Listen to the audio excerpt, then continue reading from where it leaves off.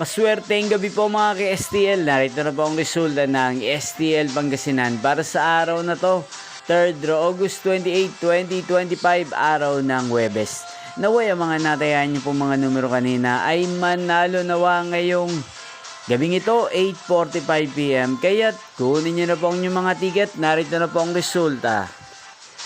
Ang mga numerong nanalo sa STL Pangasinan ngayong gabing ito, August 28, 2025, 8:45 PM. Third draw result, 8 at 10.